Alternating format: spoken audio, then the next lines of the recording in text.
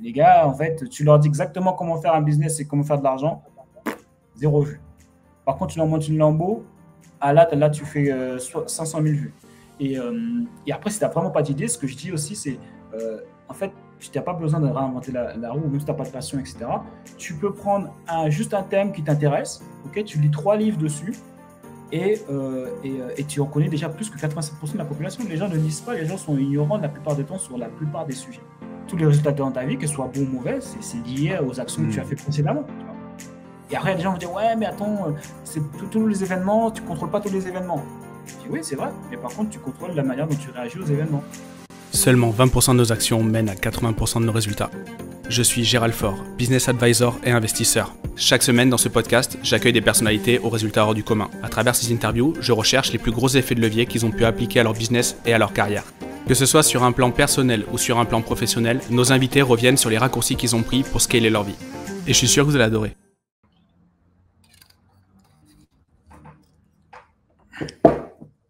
On est live, hein?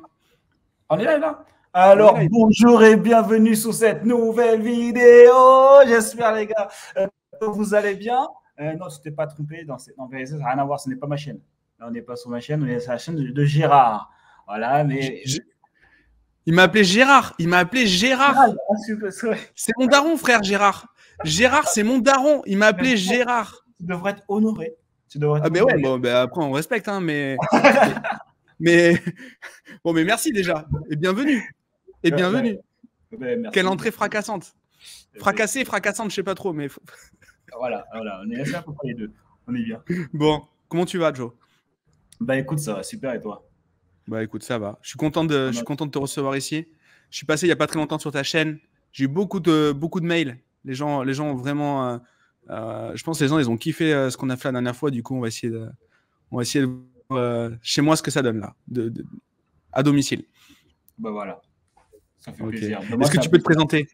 Ah bah super, alors, merci. Moi, je m'appelle Jonathan Hachi. Je suis entrepreneur sur le web depuis 2016, je pense. Ouais, ça doit être ça. Depuis 2016, j'ai commencé à générer mes premiers revenus. Puis voilà, voilà, qu'est-ce qu'on va dire d'autre? J'ai 40 ans. Voilà, je suis en Colombie actuellement.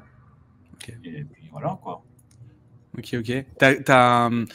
Colombie, comment tu arrives en Colombie déjà? Parce que la Colombie, je crois que tu es le seul que je connais là-bas. Je connais personne. T'es pas à Dubaï avec les autres là, en train de louer des Lamborghini là? En fait, c'est vraiment un hasard et c'est super sous-coté à la Colombie. Enfin, je pense de la France en fait. Mais en fait, aux États-Unis, les gens ils connaissent grave la Colombie. Ici, il y a grave des Américains, ils les appellent les gringos. Il y a énormément d'Américains et voilà quoi. Donc en fait, franchement, c'est par hasard, mec. J'étais à Miami et du coup, j'étais resté un petit moment à Miami, tu vois, 7-8 mois. J'avais réussi à rester, à renouveler mon ESTA durant la crise là, sanitaire. Et donc, du coup, il y avait des systèmes où, du coup, j'avais renouvelé mon ESTA, je ne sais pas combien de fois, mais je l'avais renouvelé trop de fois. C'est même moi, après, je suis parti parce que je me suis dit, attends, ils vont me demander de payer les impôts ici. Enfin, vaut mieux que je parte. Et donc, du coup, je suis parti. Il y a des potes qui m'ont dit, ouais, vas-y, va en République Dom et tout. Tu verras, c'est cool et tout. République Dom, c'est pas mal et tout. Donc, je suis allé et tout. J'ai pas plus kiffé que ça, la République Dom.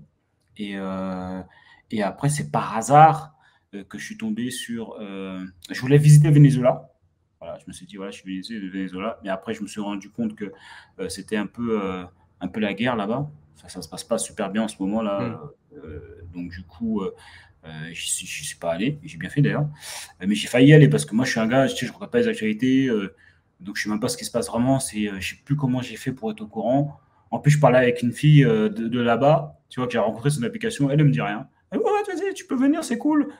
Attends, t'es sérieux? Elle voulait te closer, c'est pour ça. Ouais, c'est ça. Oui. C'est sûr. Ouais, voilà. Mais je me suis dit, après, quand j'étais au courant, j'ai dit, mais attends, t'es sérieuse? Mais tu ne m'as pas dit, il n'y avait pas d'électricité. Enfin, ça coupe, tu vois. Ça coupe souvent l'électricité, tu vois. Et genre, j'ai dit, moi, je suis sur le web, je ne peux pas me permettre d'être avec une connexion vite fait. Je commence à avoir des trucs, ouais, tu peux prendre une clé 3G. Je dis, ah, non, toi, tu commences, non. Je ne veux pas. Et donc, du coup, je suis parti en Colombie. Et bon, faut pas se le cacher, en vérité. je suis célibataire. Bon, voilà. Donc, du coup, je me suis aperçu que les femmes avaient l'air apparemment assez mignonnes en Colombie. Tu vois. C'est pas une légende, c'est vrai. Ouais, Hein. ouais, c'est pas une légende. C'est pas une légende. Et du coup, c'est par hasard que je suis ça. J'ai dit, vas-y, bah, comme je suis un gars, j'aime bien savoir, comme dans le business, j'aime bien voir pour moi-même. Je suis allé. En même temps, j'ai dit, ça me permettre d'apprendre l'espagnol. La République Dom, j'avais fait le tour un peu, j'ai pas trop kiffé. J'ai dit, je ferai peut-être un mois en Colombie, puis après, j'irai ailleurs. En général, je suis un peu les voyages sur un coup de tête. Et après, je suis arrivé en Colombie, je me suis aperçu que ça déchirait la Colombie, tu vois. Ok. C'est pas toutes les villes après. Il y a Bogota. Je suis arrivé à Bogota, par contre, Bogota, non, c'est pas bon. C'est complètement éclaté. Euh, ça, tu te sens pas en sécurité. Il y a il y a des bons endroits, des bonnes places et tout pour pouvoir sortir un peu, mais tu te sens pas vraiment en sécurité. Par contre, Medellín, qui est un peu plus dans le, je crois que c'est dans le sud, si je dis pas de bêtises, et du coup, il fait chaud, tu vois. Ici, il fait chaud, les gens ils sont vraiment cool, mais vraiment, comme ils disent les Américains, friendly, mais c'est vraiment vrai, quoi. C'est Mm. genre, tu peux parler avec n'importe qui dans la rue. Des gens, des fois, ils m'abordent, ils me parlent, même sans famille, ils me parlent. Non, c'est super cool. Et puis, et puis, il y a toutes les commodités que l'on veut, c'est pas cher. Donc, franchement, moi, Medellín, coup de cœur, quoi. Ok. Je suis jamais allé, hein. Je suis jamais allé là-bas. Mais ouais, ok. Donc c'est pas une légende, les femmes d'Amérique latine, d'Amérique centrale, Oui, oui, c'est c'est un vrai clair. bail. Ouais, j'ai fait une vidéo là-dessus où j'en parle un peu ce que j'aime en Colombie. Et ouais, c'est un des points indéniables, quoi. Enfin, je veux dire, tu sais, quand tu changes de pays, en plus, quand tu as connu que la France, tu changes de culture, en fait. Tout est différent, en fait. Aux Mm. États-Unis, les relations hommes-femmes sont différentes. En Amérique latine, les relations hommes-femmes sont différentes. Même entre pays, République d'Homme, même Colombie, c'est aussi différent. Même Mm. Brésil aussi, c'est différent. Et ouais, du coup, les femmes ici, ouais, elles sont belles et en plus, elles sont super féminines, quoi. Donc, Ok. voilà. Et du coup, ta vie en ce moment là-bas, ça ressemble à quoi? Comment t'entreprends, comment tu continues ta carrière sur Internet? Comment tu t'organises? Ça ressemble à quoi, ton quotidien? Alors moi, en général, je me lève à 5 heures et quelques, 5h45, un truc comme ça. Je commence à bosser à 6 heures, direct. J'attaque mes mails. En tout cas, la veille, en fait, j'ai fait mon planning. Ok, Ouais. ouais. Donc la veille, le soir, je fais mon planning et mon planning commence à 6 heures. Et donc du coup, après, je travaille de 6 heures jusqu'à, je pense, 11 heures, midi. Après midi, je vais à la salle. Et après, quand je reviens de la salle, je, je mange en général, ou je taffe un petit peu. Je taffe un petit peu et après je mange vers, je sais pas, peut-être vers 5 heures, un truc comme ça. Et après je retaffe un petit peu, peut-être. Ok, Et puis le soir, après je sors un peu, ça ok, dépend. ok. Mais ouais, Et, non, je suis et- pas en mode vacances, genre je suis à Medellín, je suis en vacances, tout ça, non. Je travaille toute la ouais, journée en non, général. ça chardonne. Ok. Et du coup, ben, on te connaît, la majorité des gens te connaissent par ta chaîne YouTube, très belle chaîne YouTube où tu fais pas mal d'interviews, etc. Comment tu as Mhm. commencé tout ça? Comment c'est arrivé? Alors, pour en arriver à ce point-là, tu veux que je parte depuis le début ou de vraiment de mon Ouais, non, mais histoire? déjà, comment ça t'a pris? Ok. Comment l'idée d'entreprendre déjà sur le web et de te montrer, etc. Est-ce que ça a été facile pour toi au départ? Comment tu t'es lancé? Quel était ton contexte avant de démarrer déjà? Alors, en fait, moi, j'ai fait 3 chaînes YouTube. C'est-à-dire que la chaîne sous le business, c'est la troisième. Et ma première chaîne, c'est sur le saxophone. Donc, du coup, parce que moi, je suis saxophoniste. Et, euh, et à l'époque, on disait, ouais, vivre de sa passion, etc. J'avais la passion, c'était le fitness, et l'autre, c'était le saxophone. Et après, du coup, je me suis dit, vas-y, je vais faire le saxophone, parce que le saxophone, ça faisait un moment que j'étais dedans. J'ai la musique, je suis à fond. Enfin, j'étais à fond, je suis un peu moins à fond maintenant. Mais j'étais vraiment, vraiment à fond, vraiment. Pour te dire, tous mes potes avec qui on faisait de la musique, ils sont tous professionnels et ils jouent tous pour les plus grands artistes français, tu vois, aujourd'hui. Mais Hmm, vraiment tous. ok. Vraiment tout le groupe avec qui j'étais, ils sont tous directeurs musicaux de Matt Pokora. J'oublie, mais ils sont partout. Et donc, j'étais vraiment, vraiment à fond. Donc, du coup, je suis arrivé à un moment où C'est vraiment c'est vraiment un peu par chance que je suis tombé à créer mon premier business, honnêtement. J'ai jamais tapé comment gagner de l'argent sur Internet Hmm. ou comment devenir riche. J'ai jamais vraiment tapé ça. J'aurais dû, mais bon, ça m'est jamais venu à l'idée. Je pense que j'étais focus dans mon truc de musique et je suis tombé dessus par hasard parce que, en fait, à un moment donné, j'étais chez les pompiers de Paris. J'étais électricien chez les pompiers de Paris et dans mon entourage, il y avait mes collègues, en fait, ils investissaient en immobilier. Hmm. Donc, du coup, dont un qui était super bon et je pense deux qui étaient quand même super bons et d'autres qui suivaient un petit peu, qui avaient un ou deux apparts comme ça. Et donc, du coup, ça m'a influencé. Je me suis dit, attends, il m'expliquait, le gars, puis j'avais bien sympathisé avec celui qui était vraiment bon, qui s'appelle Hassan. Et il me disait, oui, il m'expliquait qu'en gros, voilà, ouais, il a des appartements et puis après, il touche des loyers, et puis voilà, ça tombe tout seul. J'ai dit, ah ouais, et tout, ça tombe tout seul. Ben, vas-y, je vais faire la même chose. Mais du coup, moi, j'avais aucune enfin, j'étais pas du tout formé, j'avais rien, juste je voulais passer à l'action. Donc, ce que j'ai fait, c'est que j'ai cherché. Il y a un des collègues qui me disait, ouais, bah, du coup, moi, si tu veux acheter un appart, moi, j'ai un appartement qui coûte pas cher en plus, et du coup, si tu veux, je te le vends. Et après, j'ai dit, ah, bah ouais, ok, super. Donc, du coup, moi, je Hmm. suis parti à la banque. J'ai fait le crédit, j'avais jamais fait de crédit, donc je sais même pas si j'avais un crédit conso à l'époque, mais en tout cas, la banquière elle a dit, ok, pas de souci, c'est ton premier Ouais, et achat. puis t'avais un bon poste aux pompiers, c'est pour ça aussi? Ouais, voilà, Aux pompiers de Paris? voilà, Ouais. c'est des CDD parce que c'est des CDD de 5 ans, mais voilà, tu es chez les pompiers de Paris. Bon, Ouais. voilà, donc ça passe, tu vois. Donc, du coup, j'ai pu prendre ça. J'ai fait le crédit et j'ai acheté l'appartement. Et l'appartement, en fait, c'était une catastrophe, en fait. Ça veut dire que rentabilité, c'était pas du tout bon. Le gars avant qui me l'avait vendu, en fait, il était pas du tout bon aussi. Et il m'a juste refilé, entre guillemets, sa merde, quoi. Ouais, bien Et sûr. Ouais. sur le coup, j'étais un peu vénère. Après celui qui m'avait initié un peu à ça, une fois qu'il m'en avait parlé, Hassan, il m'a dit non, mais garde-le. Sur le long terme, tu seras gagnant quand même, je sais pas quoi. Du coup, je l'ai gardé, mais ce que je me suis dit, c'est. Et j'en ai parlé à l'époque à mon beau-frère, le frère de mon ex-femme, et il m'a dit, ouais, puis il connaît un gars qui apprend en fait à investir en fait dans l'immobilier. Il a dit il vend des formations, donc du coup tu pourrais acheter. Tu vois, j'avais jamais entendu parler de formation, mais ça m'a paru logique que j'ai vu comment, par quoi je suis passé et l'erreur que Hmm. j'ai faite. Il faut que j'apprenne à savoir comment le faire, si jamais je veux savoir comment faire, tu vois. Et par contre, je suis en train d'y réfléchir. Pourquoi j'ai pas demandé directement à Hassan de m'apprendre en fait. Bon, bref, j'ai jamais pensé d'ailleurs. Après, il y a une question aussi. On a peut-être, tant qu'on s'est pas planté, on pense que c'est facile aussi. Il y a peut-être une question comme ça aussi. ah ouais, On a peut-être ce frein-là aussi. C'est possible. ouais, c'est vrai que pourquoi j'avais vraiment pas le mindset, tu vois, comme que j'ai maintenant. Et de toute façon, c'est logique, tu vois. Tu as les résultats en fonction de l'état d'esprit que tu as, tu vois.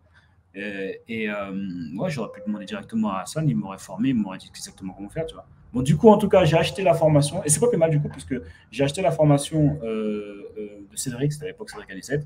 Il vendait des formations directement sur son site, tu vois. J'ai cliqué, j'ai pris, boum. Et puis, du coup, j'étais dans sa mailing list. Et lui, il a fait un lancement pour son collègue Olivier Roland. Hmm. Et c'est comme ça que je suis rentré dans le business line. Sinon, je n'aurais jamais calculé. Donc, après, du coup, j'ai pris la formation d'Olivier Roland et j'ai suivi.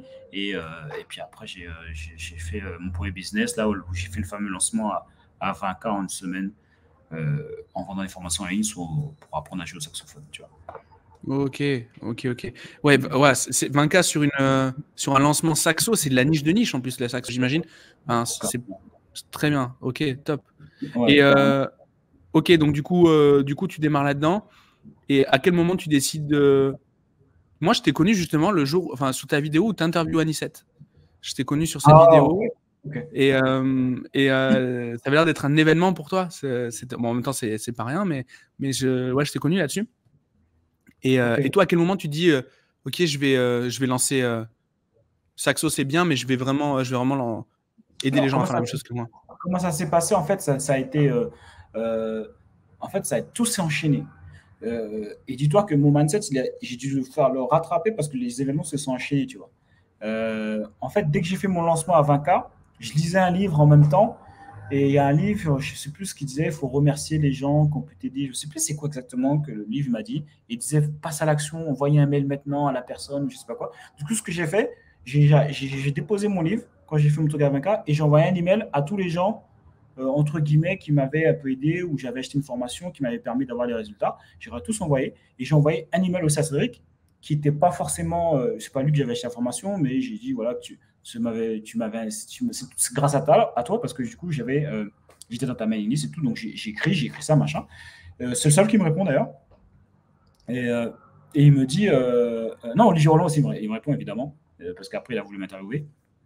Normal, j'imagine bien. Ah oui, Et, ouais, beau succès, ouais, belle social proof, ouais. bah oui, clairement. Et du coup, et c'est vrai qu'il me répond, il me dit, ah ouais, c'est avec du saxo et tout. Et puis lui, il kiffe le saxo, tu vois. Il me dit, ah ouais, et tout. Puis je kiffe le saxo, t'as fait 20K. Sérieux, tout ça, machin. Il m'a dit, vas-y, je t'invite directement en VIP à mon séminaire. Tu vois. Et moi, à l'époque, j'habitais en Guadeloupe, tu vois. Et, et je peux te dire, pour te dire, l'état d'esprit n'était pas encore présent. Je venais de faire un lancement à 20K, mais je réfléchissais, est-ce que je prenais un billet? Parce qu'il m'a dit, par contre, les frais sont des déplacements sont à tes frais, tu vois. Et du coup, je réfléchissais, est-ce que je prends un billet pour y aller, tu vois. Je me rappelle, je parlais avec un pote, tu imagines là, putain, il faut que je prenne un billet et tout, le billet d'avion, putain, c'est cher et tout, quand même, un billet, c'est 600 euros. Parce qu'il faut se rappeler, à l'époque, moi, je touchais 1600 euros en tant qu'infirmier, tu vois. J'hésitais et tout. Et puis finalement, j'ai pris la décision d'y aller. Et après, quand j'y suis allé, je suis arrivé en VIP et tout. Et il m'a fait monter sur scène, en fait. Il m'a fait monter sur scène et il a dit, vas-y, je prends ta formation parce que ma formation de saxophone a coûté 497 euros. Et il m'a dit, je te fais un chèque de 500 euros parce que je suis intéressé pour apprendre le saxophone. Et voilà. Et du coup, tu vois, finalement, heureusement que j'y avais été parce que ça m'a remboursé les frais, en fait, des déplacements. Oui, en plus. Tu vois. Et Ok. c'est comme ça. Et c'est comme ça, du coup, qu'après, comme j'étais dans son séminaire, il lançait son mastermind, je crois que ça s'appelle. Ouais, c'est un mastermind. Et je suis rentré dans son mastermind avec tous les autres, tous les gens qui faisaient pas mal d'argent à cette époque-là sur Internet. Et puis après, quand est-ce que j'ai lancé la chaîne? Donc là, c'est ça qui m'a permis de rencontrer Cédric et de rencontrer tous les autres gens que j'ai interviewés dans mes débuts de la chaîne. Parce que du coup, en fait, je les connaissais, j'avais sympathisé, on était quand même amis. Je suis resté 2-3 ans dans son mastermind. Et après, au bout de 2-3 ans, entre-temps, j'ai lancé une chaîne sur la santé. Et après, je ne me sentais pas aligné. En fait, je voulais faire. En fait, ce que je suis aujourd'hui, j'ai toujours voulu faire. Donc, j'ai dû faire un travail sur moi avec un coach et tout, parce que j'ai un problème de légitimité. Je n'osais pas me lancer sur une chaîne de business. Finalement, j'ai réussi à débloquer ça grâce à un coach. Et du coup, dès que j'ai pu débloquer ça, boum, par contre, je suis parti comme une balle. Tu vois, je fais une vidéo par jour. Et j'ai dit, hey, les gars, par contre, je vous interviewe tous. Hein, là. Ça y est, c'est bon, maintenant, on est dans le même game. Je vous interviewe tous. Et puis voilà, c'est comme ça que ça a commencé. C'est oufissime, ce parcours et ton humilité. Moi, on se parle souvent, on se parle plusieurs fois par semaine, depuis quelques semaines. Tous les jours, je me dis la même chose. C'est juste oufissime. Franchement, et tu peux regarder mes autres vidéos, je le dis à personne d'autre pour l'instant. Hein. Franchement, félicitations. Et un autre point aussi, félicitations pour un deuxième truc. Je suis passé sur ta chaîne, j'ai eu grave de messages. Les gens, ils te font confiance, ils cliquent dans les descriptions, ils envoient des mails, et ça, c'est juste ouf. Donc, la légitimité, enfin, je crois que c'est le meilleur, c'est le meilleur témoin de légitimité, c'est les gens qui te font confiance, quoi.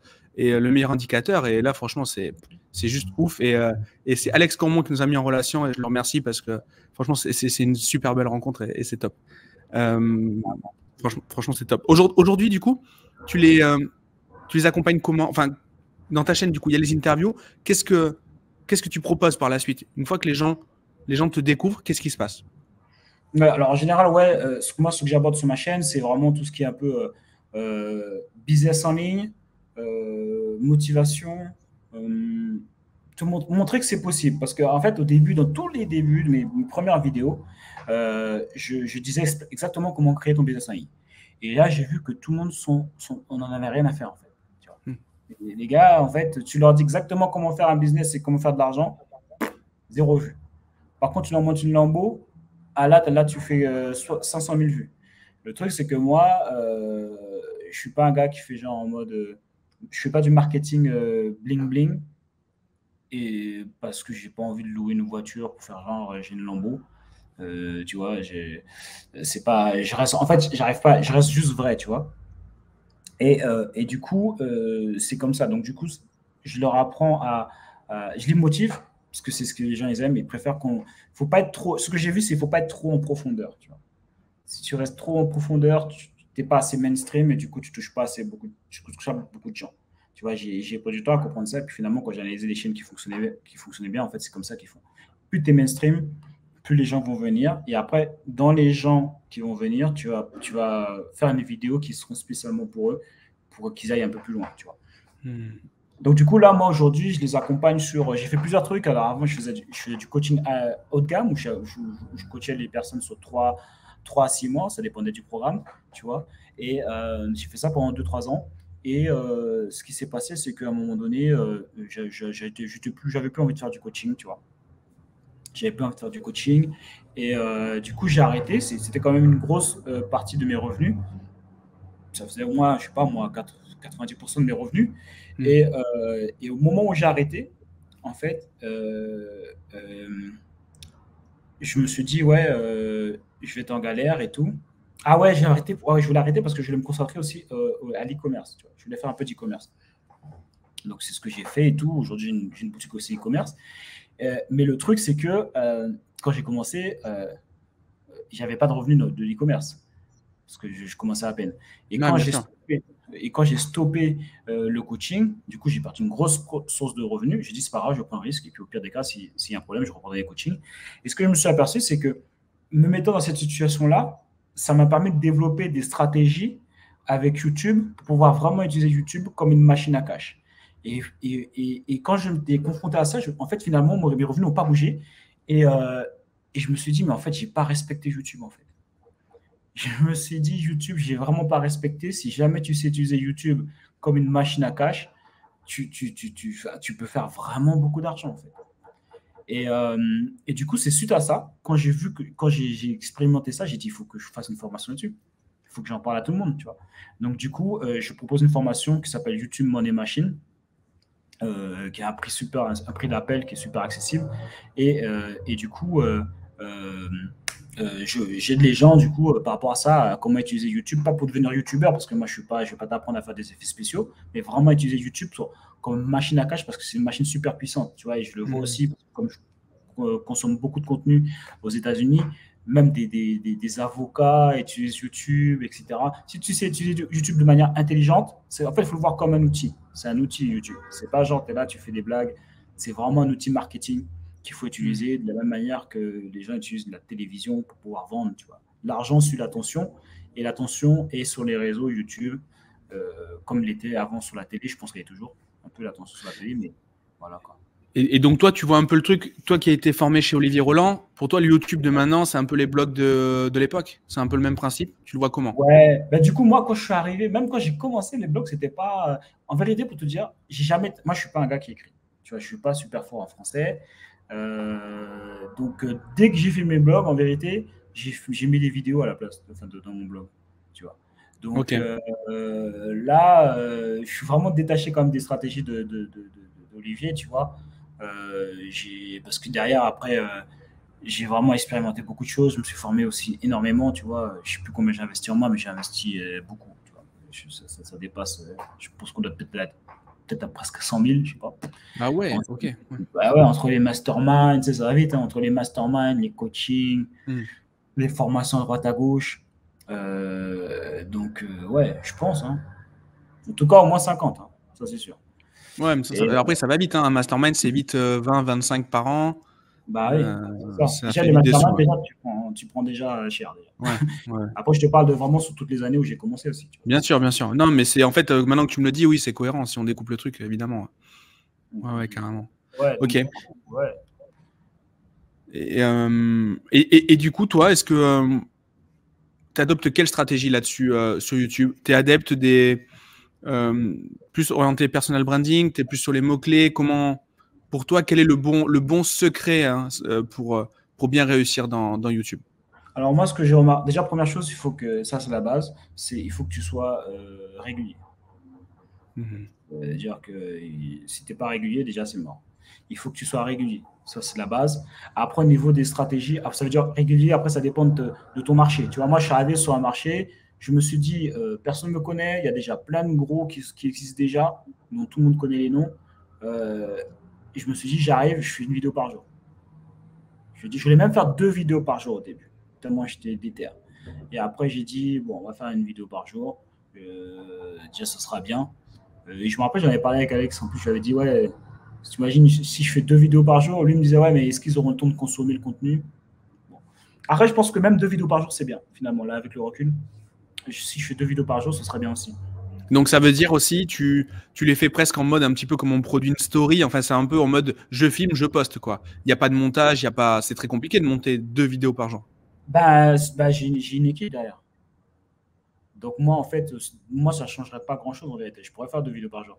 Là où ça va me prendre du temps, c'est trouver l'idée, préparer la vidéo. C'est plus ça, tu vois. C'est la préparation, ok, d'accord. Ouais, c'est plus la préparation. Après, moi, je le mets sur Dropbox et à partir de ce moment-là, mon équipe, elle prend le rush, elle monte et elle publie sur YouTube. Mais de toute façon, tout seul, tu peux pas. Au début, j'ai essayé de faire, avant que la chaîne commence à me rapporter de l'argent, j'ai essayé de faire tout seul le montage, tout ça, parce que je voulais faire une vidéo par jour, mais je passais mes journées à faire des montages. Et du coup, je me suis passé, ben non, Dio, tu peux pas, il faut que tu investisses en toi, même si ça rapporte pas d'argent, il faut que tu prennes quelqu'un pour faire le montage, parce que tu pourras pas, en fait. Tu pourras même pas faire une formation à côté, tu peux. Ouais, c'est ça, ouais. Tu deviens, ton métier, c'est de divertir les gens et tu n'as pas le temps de monétiser, quoi. Ouais, voilà. Mais donc, du coup, pour répondre à ta question, donc déjà, il faut être régulier. Après, il y a plusieurs stratégies qui fonctionnent en fonction de ta thématique. Tu vois, il y a des gens, les mots-clés, ça va bien fonctionner sur la thématique. Sur d'autres thématiques, ça va moins bien fonctionner. Il y a des gens, ça va être plus de la recommandation. Ça veut dire YouTube, tu vois, qui va recommander tes vidéos. Qui va faire des suggestions, voilà, suggestions de vidéos. Tu vois, par exemple, moi, pour ma chaîne YouTube, c'est plus des suggestions, même si j'ai du trafic qui vient aussi des mots-clés. Parce qu'en vérité, moi, je me positionne sur toutes les stratégies. Okay. Voilà, c'est sur les mots-clés. Comme ça me ramène un peu de trafic sur les mots-clés. Et en même temps, je vise toujours un peu de viralité si c'est possible. Bon, je ne suis pas le meilleur dans ce domaine au niveau de la viralité. Mais on essaie toujours de faire de façon à ce que les vidéos puissent être suggérées par YouTube au maximum, parce que c'est ça moi, c'est ce qui me rapporte le plus de trafic. Mais après, ça dépend de ta thématique. Il faut essayer un peu de toutes les stratégies, c'est ce dont je parle dans la formation. Et puis voilà, quoi. Ouais, c'est ça. Et puis après, derrière, il faut avoir aussi des stratégies de tunnel de vente, etc., de pouvoir automatiser le business, récupérer les mails, etc. Ça, c'est la base, tu vois. Parce que c'est bien, tu vas faire de l'argent quand même avec YouTube comme ça, avec toutes les stratégies, tu vas prendre de l'audience et tout. Mais après, en fait, l'idée, c'est que YouTube, ça te ramène le trafic. Et ce trafic-là, il faut savoir l'utiliser, le convertir, tu vois. Un peu comme Kim Kardashian a fait avec sa Sextape. Ouais, c'est ça. Ouais, voilà, c'est ça. Sextape, elle a eu l'attention et puis après, derrière, elle a envoyé le trafic dans des produits qu'elle avait déjà prévus et elle a fait son émission derrière et on connaît son succès jusqu'à aujourd'hui. Tes clients aujourd'hui, ils viennent te voir pour quelle raison, tu penses? Quelle est la motivation profonde?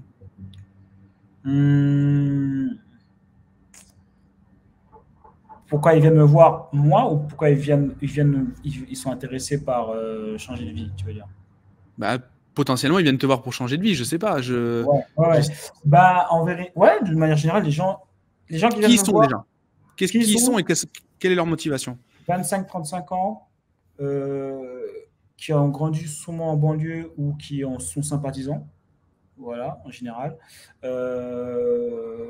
qui sont salariés et qui souhaiteraient se reconvertir, qui se disent il y a une opportunité, il faut qu'on puisse changer de vie, il n'y a pas que le salariat, il y a une possibilité d'être libre, de pouvoir voyager, et donc voilà, donc c'est ce que les gens recherchent quand ils viennent me voir. Ok. Et du coup, est-ce que quand ils lancent leur chaîne, c'est sur des business de passion comme toi tu as fait avec le saxo? Ou alors est-ce qu'ils vont découvrir une thématique en faisant de la recherche? Si le mec vient et qu'il n'a aucune idée, comment toi tu peux l'accompagner? Ou au moins, comment là maintenant tu pourrais guider les gens qui nous écoutent? J'ai pas d'idée, je vais me lancer sur YouTube. Par quoi je commence? Du coup, il y a un module spécial où j'explique ça, donc ça pose pas de souci. Comme il y a aussi un module sur les gens qui ne veulent pas montrer leur visage, un module spécial pour les gens qui veulent montrer leur visage sur YouTube. Donc ça, je sais que c'est une objection qui revient souvent. Alors, il y a des gens qui peuvent le faire sur leur passion, entre guillemets. Ça marche aussi. Tu vois, hier, je faisais un coaching avec 2 personnes. Et en fait, il me disait qu'il était conseiller il était en train de faire un truc de conseiller en gestion de patrimoine. J'ai dit, ben, mec, c'est tout cadeau, en fait. Et il ne savait pas, il voulait dire, ouais, mais je suis aussi intéressé par le développement personnel, je suis intéressé par le fitness et tout.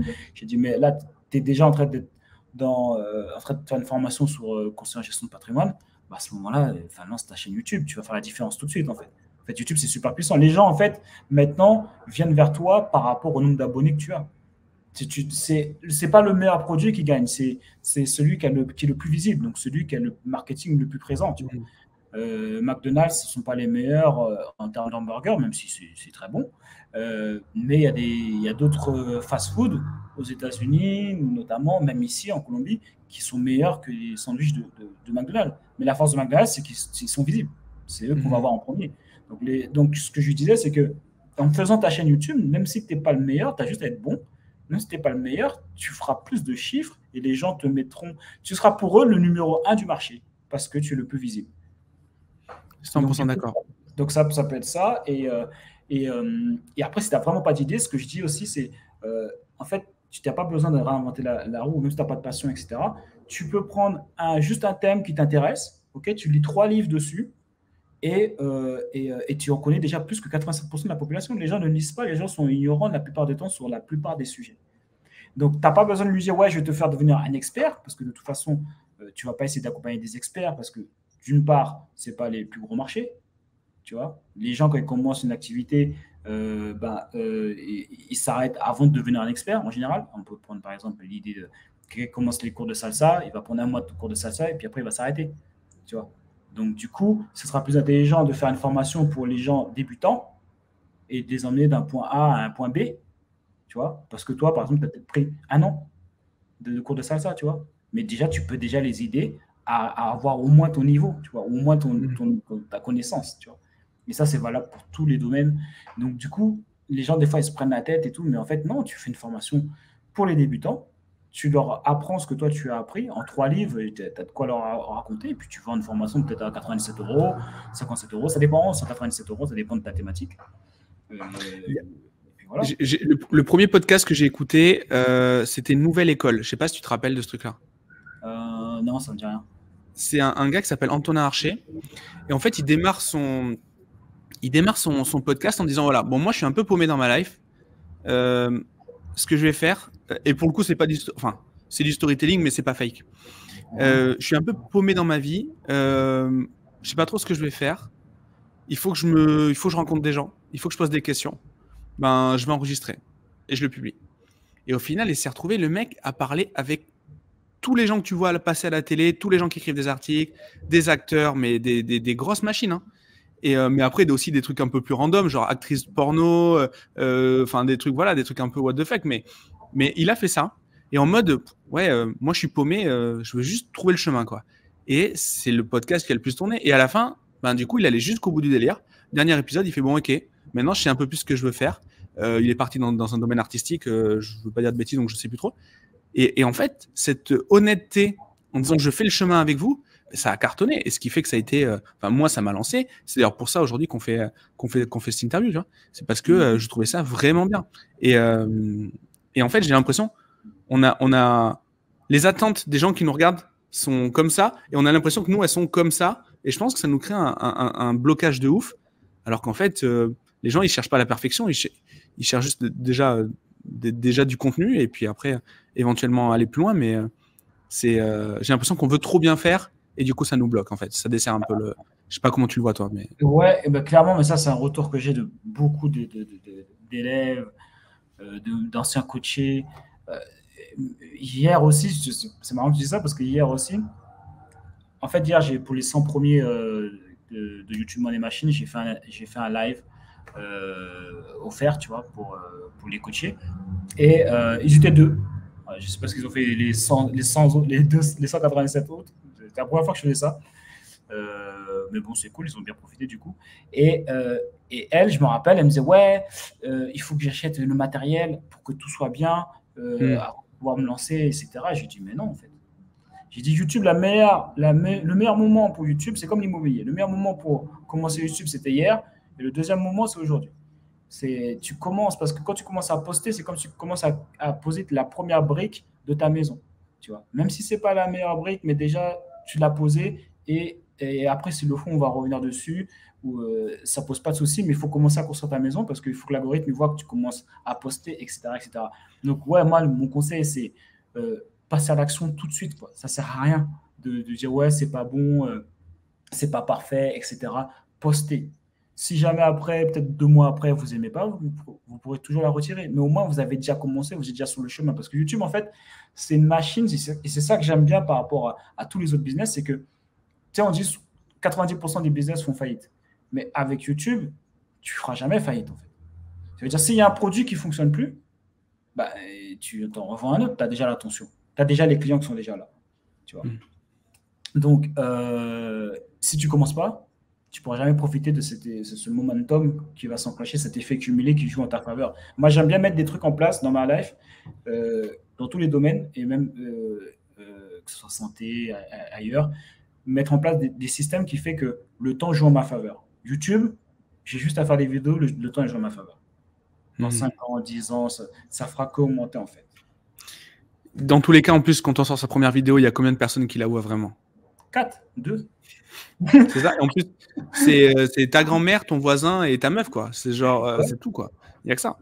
Ouais, c'est sûr. De toute façon, au début, faut pas. Et à chaque chaîne YouTube que j'ai fait, c'est ça. Au début, je regarde pas en fait. Je fais des vidéos. En fait, je fais une tâche. Je dois faire mes vidéos, mais je regarde même pas qui regarde mes vidéos. Au début, il y a personne qui regarde mes vidéos.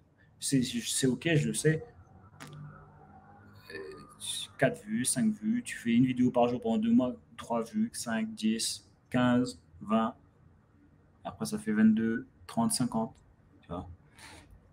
Est-ce que tu identifies un levier Pareto dans YouTube? C'est-à-dire, si je veux faire cartonner ma chaîne YouTube, c'est quoi les 20% qui ont le plus de levier? Les 20% qui font 80% de la perf? Ça dépend de toi, en fait. Tu vois, ça dépend de. Il faut savoir quelles sont tes forces. L'idéal, mais ça, après, il faut voir si jamais tu as la capacité et c'est difficile. Et ça peut te demander l'expérience. Donc, il va quand même falloir que tu fasses des vidéos au début pour savoir exactement qu'est-ce qui répond le mieux dans ton marché. C'est de pouvoir faire des vidéos virales. Par exemple, comme Marketing Mania, comme Stan Leloup. Voilà.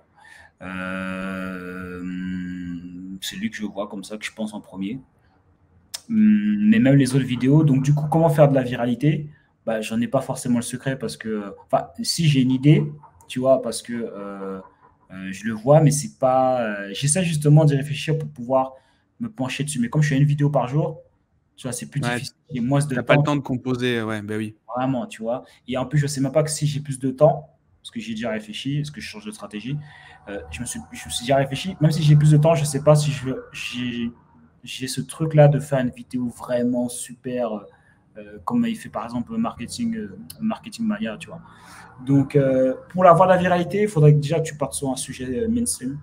Le mieux, c'est de faire aussi des réactions à des sujets qui sont dans le vent, qui sont dans le buzz, tu vois. Donc, tu fais une vidéo là-dessus. Aux États-Unis, il faut beaucoup faire ça. Il y a un clash sur un truc, il y a un truc qui buzz, ils commentent la vidéo. Ils commentent le buzz, ils commentent le truc et ça ramène du trafic. Ouais, les vidéos réactions, des trucs comme ça. Ouais, voilà, vidéo réaction. Ici, en France, j'ai un petit peu du mal. Et puis, comme moi, je ne suis pas trop les actualités, je ne sais même pas trop ce qui buzz, qu'est-ce que tout le monde parle. Ouais, bien sûr. Après, il y a deux mondes, j'ai l'impression. Il y a aussi comment on fait de l'entertainment, comment on anime, comment on fait du divertissement, ou comment on fait du business avec YouTube. Est-ce que là-dessus, tu as un avis? Est-ce qu'il y a certaines personnes qui mélangent pas un petit peu les deux? C'est-à-dire des gens qui commencent à faire du divertissement alors qu'au départ, c'est une chaîne pour développer leur business. Ouais. Ben, en vérité, tu vois, avant, c'est un peu le sujet de bon trafic, mauvais trafic. Et avec l'expérience, parce que j'étais un peu de l'école de ça, C'est un peu ce que les anciens disaient, mais moi, avec mon expérience et puis en observant et tout, en testant, je me suis aperçu qu'en fait, il n'y a pas de bon et mauvais trafic. En fait. Ok. Il y a du trafic, c'est tout. Il y a du trafic. Dans le trafic, tu transformes en prospect et dans le prospect, tu transformes en client. Il n'y a pas de bon et mauvais, en fait. Tu pourrais montrer tes fesses, ça fonctionnerait, quoi. Ok. Et tu penses que c'est sur ta base abonnée, c'est toujours à peu près les mêmes qui regardent tes vidéos? Ou est-ce que tu as une base dormante et une autre active où c'est à peu près tout le monde? Comment tu imagines un peu ça? En fait, le système, c'est que les gens, en général, je pense, ils s'abonnent, ils regardent tes vidéos un petit peu, et puis après, ils arrêtent de regarder, et puis après, il y a des nouveaux. Et puis ça tourne comme ça, en fait. C'est Ok, pas. il y a une sorte de. Ouais, il y a une sorte de cycle à chaque fois, c'est pas toujours les mêmes. Tu vois. Ok, ok. Et par exemple, tu vois, on en parlait en off, mais bon, moi, je fais de la publicité sur ma chaîne pour montrer, pour faire connaître le contenu. On a une durée de visionnage qui est bonne. On a à peu près 30% des gens qui vont jusqu'au bout, ce qui est pas mal sur des épisodes d'1 heure. Et surtout des interviews, c'est quand même un contenu assez particulier. Mais par contre, j'ai très peu d'engagement. Qu'est-ce que tu pourrais me recommander pour augmenter l'engagement sur ma chaîne, le nombre de likes, le nombre de commentaires? Bon, déjà, on peut inciter les gens à commenter maintenant, ça peut être pas mal. Mais qu'est-ce que tu me conseillerais de mettre en place par rapport à ça? Ok, donc du coup, l'engagement, ça veut dire que tu voudrais que des gens commentent et que les gens mettent des j'aime ou des trucs comme ça? Ouais, c'est assez frustrant parce que on a pas mal de retours avec Natacha qui m'assiste sur la production. On a pas mal de retours dans les messages privés, les choses comme ça, sur Insta et compagnie. Et d'ailleurs, c'est top et merci beaucoup. Mais c'est vrai que c'est pas des commentaires qui sont visibles. Donc en termes de social proof, forcément, c'est pas incroyable. Est-ce que toi, tu penses que c'est le format interview qui fait qu'on n'incite pas trop aux commentaires? Non, alors après, ça dépend, tu vois. Dans les débuts comme ça, il n'y a pas trop de commentaires. Parce que là, en fait, toi, tu as des vues par rapport au fait que tu fais de la pub pour pouvoir amener le Exactement. trafic. Donc, du coup, je pense que c'est un truc qui est différent. Les gens, peut-être, qui y regardent, mais ils ne se sentent pas forcément, je sais pas, l'envie de commenter. Ou peut-être après l'interview, parce que les gens, ils commentent parce qu'ils te connaissent, tu vois. Hmm. Tu vois. Moi, les gens, les commentaires que j'ai, tu sens que c'est des gens qui me connaissent. Ce n'est pas une réaction sur une vidéo à froid comme ça, que gens ils me connaissent pas. C'est des gens que j'ai une relation avec eux, ils me regardent, ils m'ont déjà vu plusieurs fois. C'est pas la première vidéo qu'ils regardent. Ouais, tu fais partie de leur vie, quoi. Tu fais partie Voilà, des. Ouais, bien sûr. c'est Ok. ça. Tu vois. C'est pas. Et s'il y a un commentaire, par exemple, et tu vois tout de suite les gens qui commentent et qui me connaissent pas, ben, ça va être un commentaire négatif ou un truc comme ça. Bon, c'est rare. Franchement, j'ai pas forcément d'haters. Je suis peut-être une fois, deux fois comme ça. Mais pour te dire, ouais, les gens qui mettent des commentaires, en général, c'est parce qu'il y a déjà créé une relation, tu vois. Ah, déjà, ça, c'est la première chose. Et puis après, ouais, les inciter, tu vois. Les inciter, et puis faire des sujets aussi où quand tu leur parles, leur poser des questions, tu vois. Tu vois, si jamais tu es dans la discussion avec quelqu'un, tu peux t'adresser directement à eux. Tu dis, et vous, ou toi, je ne sais pas si tu dois les voir, et toi, qu'est-ce que tu en penses? Est-ce que jamais tu es déjà passé par là? Est-ce que machin? Tu vois? Et comme ça, tu essaies d'avoir une interaction avec eux et ça peut les inciter à commenter. Ça ne marche pas toujours, mais ça peut les inciter à commenter, tu vois, d'avoir une interaction directement avec eux. Et puis après, il faut qu'ils te connaissent, quoi. Tu vois? Qu'ils aient envie de parler avec toi, tu vois. Yes, ok. Bah, ok. Très pertinent, merci. Et le. Est-ce que toi, donc tu nous parlais de la chaîne de Stan, est-ce qu'il y a des chaînes modèles, genre par exemple ceux qui nous écoutent là, qui veulent se lancer sur YouTube, est-ce que pour toi, tu leur dis, voilà, ça, c'est quelque chose qui est très qualitatif, qui est bien travaillé, qui est bien fait, bien pensé, inspirez-vous de ce produit-là. Est-ce que tu as en tête quelque chose comme ça?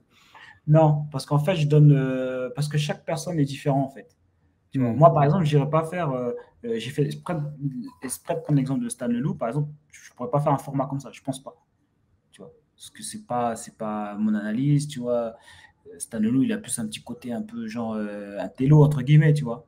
Moi, c'est pas du tout mon profil, tu vois. Donc, je pense pas qu'il. Alors, s'inspirer au niveau des stratégies, tu vois, c'est un peu comme le copywriting, tu peux t'inspirer des structures, mais tu ne recopies pas, tu vois, chaque mot, tu vois. Là, c'est un peu pareil. Ça veut dire que tu t'inspires des stratégies. Ok, pourquoi cette vidéo-là, elle a bien fonctionné? ok, ça c'est un sujet mainstream. Ok, donc peut-être qu'il faut que j'essaie de partir sur des sujets mainstream ou mettre dans les mots-clés un sujet qui est mainstream en ce moment qui buzz. Tu vois. Mais j'ai pas de chaîne où je dis euh, je m'inspire de toutes les chaînes et je regarde plus du contenu américain. Je regarde que ça d'ailleurs.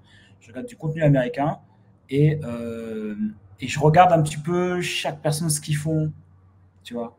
Là, moi j'étais par exemple impressionné par je parlais de l'avocat tout à l'heure. Il fait des lives de 6 heures, des lives Wow. de 4 heures. C'est quoi, des Q&A, des trucs comme ça? Des questions-réponses? Et alors lui, il fait du mixto live. Parce que ouais, c'est vrai que j'en ai pas parlé, mais les lives, c'est super puissant. J'avais testé un de 3 heures il y a 2 jours et ça donne des super résultats, tu vois. Parce que du coup, moi, je suis la promotion, tu vois. Je suis la promotion parce que j'ai un pirate marketing qui est accessible sans sortir un euro de sa poche grâce au CPF. Donc les gens ont juste à prendre rendez-vous avec Céline et elle fait tout pour toi, elle s'occupe du dossier et tout. Et donc du coup, moi, j'ai fait la promotion de ça. Donc, j'ai pris en abonnés en plus. Je pense que ça m'a rapporté un petit peu d'abonnés. Et j'ai énormément de personnes qui ont pris rendez-vous, tu vois. Ouais. Voilà, tu vois. Donc, c'est Et, un beau levier aussi, le live, ok. ouais, et du coup, ouais, le gars, par contre, il a des résultats vraiment importants, tu vois. Donc, je suis en train de réfléchir aussi à ça. Je vais mettre aussi peut-être à jour aussi la formation. Donc, je vais en parler. Enfin, je vais rajouter une vidéo là-dessus. Le gars, il fait des vidéos de 3-4 heures et je vois, enfin, en une journée, je me rappelle, il avait pris beaucoup d'abonnés, tu vois. Il avait pris beaucoup d'abonnés en une journée. Ça veut dire que je revenais 1 heure après, il y avait plus d'abonnés. Et il fait les deux. Donc, ça veut dire, lui, ce qu'il fait, c'est qu'il réaction, vidéo réaction sur des thèmes qui buzzent en ce moment, plus live. Donc, lui, il couple tout, quoi. Donc, là, forcément, tu as des résultats, tu vois. Ok, ok. Et du coup, j'imagine que très souvent dans tes... Enfin, j'imagine hein, que on te pose souvent la question des haters. Qu'est-ce que tu réponds aux gens qui ont peur d'avoir des haters ou qui ont justement, qui en ont pas peur, mais qui ont un problème de haters sur leur chaîne? Comment tu l'appréhendes, toi? Alors, ceux qui ont peur, je dirais, bah, les gars, si jamais vous ne voulez pas qu'on vous critique ou vous voulez qu'on dise rien à votre sujet, ben restez dans la masse. Rentrez dans la masse et soyez comme eux, en fait. Donc, si vous êtes comme eux, vous n'allez pas les déranger et personne ne va vous critiquer.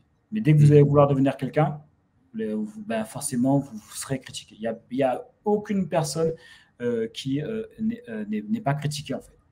Dès que tu es un personnage public, dès que tu fais des choses, simplement, même si dans ton entourage, même si tu n'es pas sur les réseaux, dès que tu commences à faire des choses, bah, tu vas être critiqué, en fait. Voilà, que ce soit parce que les gens, tu leur renvoies l'image qu'ils aimeraient faire ce que toi tu fais, mais ils ont abandonné et donc du coup, ils sont peut-être un petit peu jaloux, tu vois, ou d'autres personnes qui t'aiment vraiment, mais qui ont peur parce qu'ils ne savent pas qu'est-ce que tu fais, ils n'ont jamais fait. Donc, dans tous les cas, tu auras des haters. Tu auras des gens qui ne sont pas d'accord et c'est OK parce que tu ne peux pas plaire à tout le monde.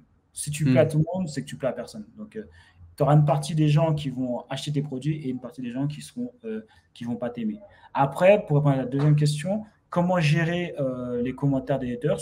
Bah, si jamais c'est positif, hein, vas-y. On y répond, on les ignore. S'il y a plusieurs façons de faire. Alors, si c'est constructif,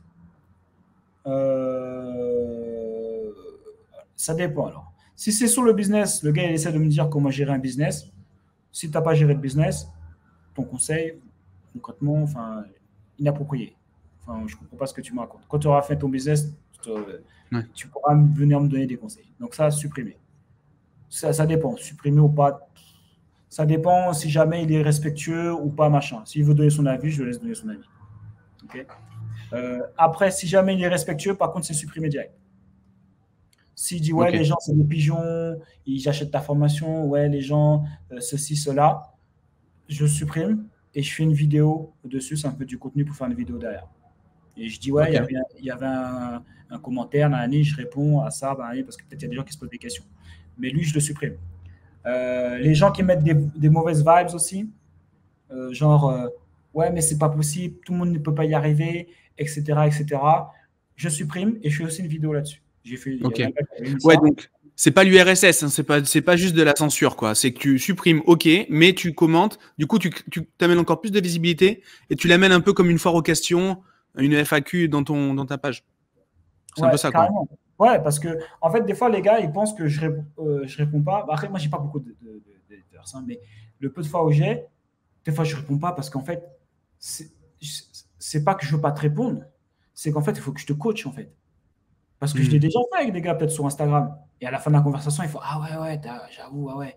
Bah oui, mais en fait, je t'ai coaché, en fait. Enfin, tu vois, en fait, comment tu veux échanger avec un gars? Toi, tu as une connaissance qui est ici, donc tu vois complètement les choses complètement différentes. Et lui, il le voit dans ses croyances limitantes et tout. Donc, ouais, dans ta logique, mais là, tu n'es pas au bar avec ton pote, là. Enfin, Ouais. moi, j'ai fait des choses depuis. J'ai lu, je ne sais pas combien de livres, je me suis coaché, j'ai investi, je ne sais pas combien de milliers d'euros en moi. Évidemment que tu ne peux pas voir les mêmes choses, la même manière que moi. En fait, il faudrait que je te coach. Et j'ai pas envie, en fait. Et en plus, et même si je voudrais, déjà, je suis pas bon en écriture, et ça prendrait un paragraphe de ouf, et j'ai pas le temps, tu vois. Ouais, bien sûr. Non, et puis mettre l'énergie, autant donner un peu plus d'énergie aux gens qui ont une bonne vibe, justement, Ouais. que les mauvais. Ouais, Il y a quand même. mais après, des fois, il y a des gars, ils veulent vraiment peut-être. Je vois dans. Parce que même quand le gars il dit ouais, mais c'est pas possible, ou je sais pas quoi, ou c'est le pigeon, machin, je sais pas quoi, en fait, si je le parle, il va changer d'avis. C'est logique. Tu vois, c'est ce que je leur dis. En fait, qu'est-ce que tu parles d'arnaque? Le truc que j'aime bien dire, c'est que les gens, ils deviennent bêtes dès qu'on parle d'argent, en fait. Tu sais, on dirait un truc. Il y a un truc qui passe plus, tu vois. Parce que j'en prends l'exemple à chaque fois. Les gars, j'ai commencé, et je suis super content d'avoir commencé comme ça. Je vends des formations en ligne sous le saxophone. Okay. J'ai jamais eu un commentaire négatif, et pourtant j'ai plus de 10 000 abonnés sur cette chaîne. Jamais eu un commentaire négatif. La formation coûte 497 euros. C'est-à-dire que c'est 3, 4, 5, 6 fois plus cher que YouTube Money Machine. Et YouTube Money Machine, tu peux faire de l'argent. J'ai jamais eu un commentaire, que ce soit sur le prix ou quoi que ce soit. Okay. Rien. Et quand j'explique ça aux gens, tout le monde comprend que c'est normal. Je suis saxophoniste, j'ai de l'expérience, je ne suis même pas prof, je n'ai pas de diplôme, tout le monde le sait. Je t'apprends à jouer au saxophone, ok? J'ai tout mis dans une formation en ligne pour que tu puisses aller le plus rapidement possible et pas perdre de temps. Tout le monde fait. Ouais, j'avoue, c'est logique, ça a du sens. Par contre, je te dis, j'ai fait de l'argent en ligne, tu l'as vu, tu as déjà vu des gens, tu as déjà vu mes vidéos, etc. J'ai fait de l'argent en ligne. J'ai déjà aidé des gens à faire de l'argent en ligne. Il y a des témoignages. Je te dis, voilà, j'ai tout mis dans une formation pour pouvoir te permettre de pouvoir faire de l'argent aussi en ligne. Et là, arnaque! Regarde, c'est trop d'émotions autour de l'argent, les gars. Ils sont trop d'émotions autour de l'argent. Les gens, ils pètent les plombs, en fait. Ils perdent toute rationalité. C'est ouais, je comprends à 100%. Est-ce que justement la personne qui commente n'est pas, enfin je sais pas, on fait des théories là, mais déjà on leur porte beaucoup trop d'importance, je trouve. Mais est-ce que justement c'est pas un truc qu'elle veut à tout prix et en fait elle y veut tellement qu'elle n'ose même pas y croire en fait. C'est quoi? C'est même pas un blocage sur ce qui est dit, c'est un blocage perso quoi. Ah mais clairement. De toute façon. Tout ça, c'est des questions de croyance, hein, c'est des questions de mindset. Ou c'est une personne qui a essayé mais qui a abandonné, qui est, tu vois, une personne qui n'assume pas le fait qu'on est 100% responsable de sa vie. Tu vois. Les résultats que tu as dans ta vie aujourd'hui, c'est dû à toi. Il n'y a pas de, y a pas de secret, tu vois. Tous les résultats que tu as dans ta vie, que ce soit bon ou mauvais, c'est lié aux actions que tu as fait précédemment. Tu vois. Et après, les gens vont dire, ouais, mais attends, c'est tous les événements, tu ne contrôles pas tous les événements. Je dis oui, c'est vrai, mais par contre, tu contrôles la manière dont tu réagis aux événements. Donc, c'est à toi de. C'est où, je sais pas, tu as un divorce, pendant 20 ans, tu es à terre et tu te relèves pas, ou, je sais pas, tu te relèves et tu refais ta vie, ça se passe super bien. Et voilà, tu pourrais prendre plein d'exemples comme ça, tu vois. Donc, ouais, c'est clair qu'à chaque fois, c'est pour ça que je disais que quand je parle après avec des haters, ben, ça change leur truc. Parce qu'en fait, tu les coaches, tu les fais changer de croyance et tu leur montres qu'en fait, ça n'a pas de sens ce que tu dis. En fait. Bien sûr. Ils cherchent certainement que de l'attention en fait de la personne. En tout cas, ouais, c'est très juste. Je pense qu'on a balayé un peu, enfin les grandes croyances. Enfin, en tout cas, celles que moi j'avais au moment où je me suis lancé sur YouTube. Les haters, le fait de vouloir faire trop pro, de que ça prenne trop de temps, etc. Du coup, Bah, d'habitude, j'ai tendance à poser la question de OK, comment tes clients ils peuvent démarrer? Bah, il y a ton programme, on va mettre le lien juste en dessous. C'est pas une vidéo de pub, mais en fait, bah, ce que tu fais, on peut voir en fait tu es l'exemple même de la réussite de ton truc. Donc là-dessus, moi, je peux que encourager les gens d'aller voir le lien. Comment ça se passe du coup? Quel est le format en fait du programme YouTube que tu vends? Comment se déroule l'accompagnement, le programme? Bah, en fait, quand tu vas rentrer dedans, tu auras exactement toutes les stratégies pour pouvoir faire de l'argent avec YouTube, hein, concrètement. Parce qu'en fait, il y a énormément de contenu. C'est mon best-seller, YouTube Money Machine. J'ai que des bons retours. Les gens ils disent que tu devrais la vendre plus cher. Il y a vraiment trop de valeur dedans. Et j'ai un intervenant extérieur. J'ai mon responsable d'agence qui intervient aussi euh, dans la formation, en plus de ce que moi j'apporte. Donc, c'est vraiment un truc complet. Enfin, il y a tout.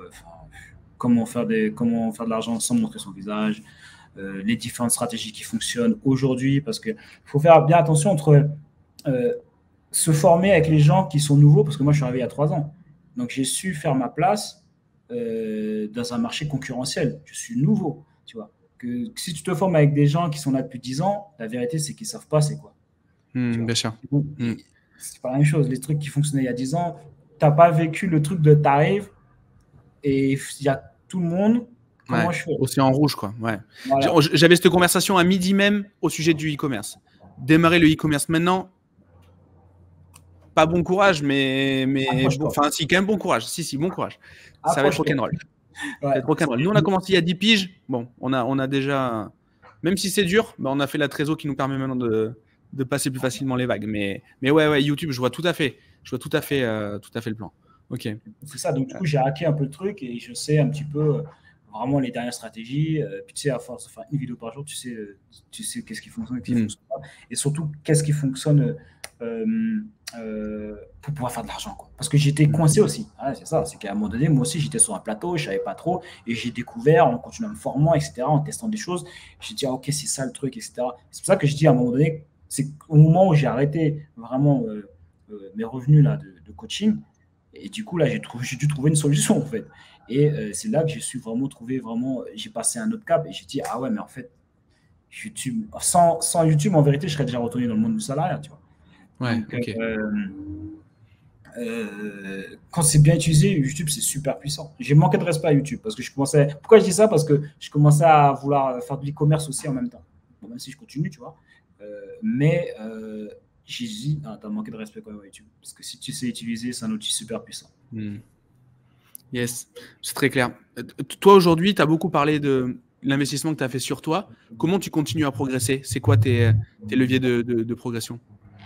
Bah, en fait, ce que je me suis aperçu, ça, c'est par hasard, en fait, que je suis tombé dessus. Déjà, c'est échanger avec les gens. Parce que j'étais trop de mon côté, tu vois. J'étais trop de mon côté. Et en fait, il faut parler, il faut échanger avec d'autres personnes, tu vois. Moi, via mes interviews, bah, du coup, ça me permet d'échanger. Il y a déjà des gens qui m'ont dit un truc. Et, tout, par exemple, toi, on va peut-être sûrement travailler ensemble par rapport à un projet. Tu vois, c'est des choses comme ça qui font que bah, tu as des échanges et ça te permet de passer un cap. Et ça te permet d'avoir, je sais pas, moi, de passer des caps. Ouais, ça peut te permettre de passer des caps. Tu vois, clairement. Quelqu'un qui te dit, il y a quelqu'un qui m'a dit, ouais, tiens, tu devrais regarder les vidéos d'un site américain là, machin. Je regarde, boum, je prends l'information, par exemple. Ce que j'avais un besoin, mais je savais pas à qui m'adresser pour machin. Donc, tu vois, ça peut être juste un petit truc comme ça. Donc, à partir de là, donc déjà, les échanges.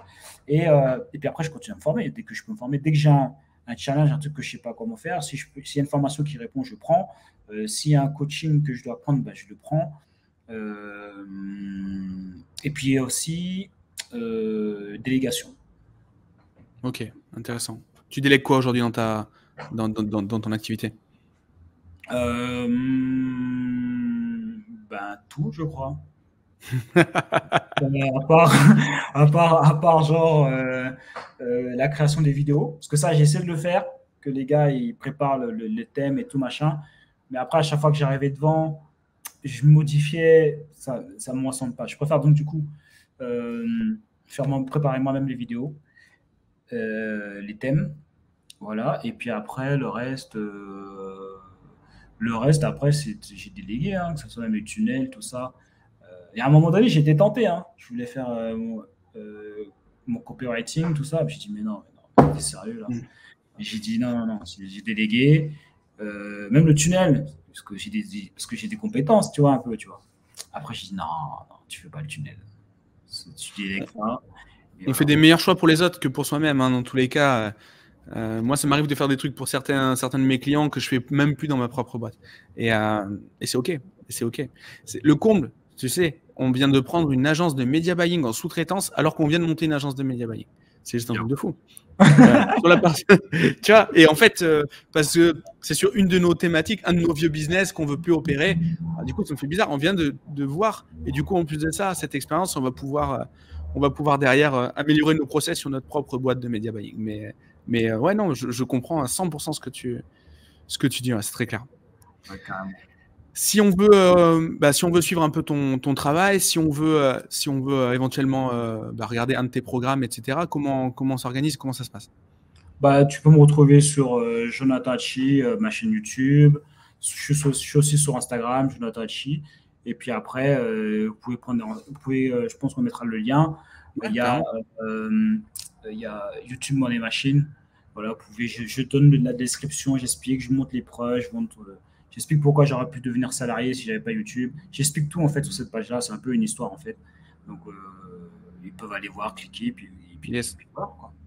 On va faire ça et on va envoyer un petit email aussi en parallèle pour pousser vraiment.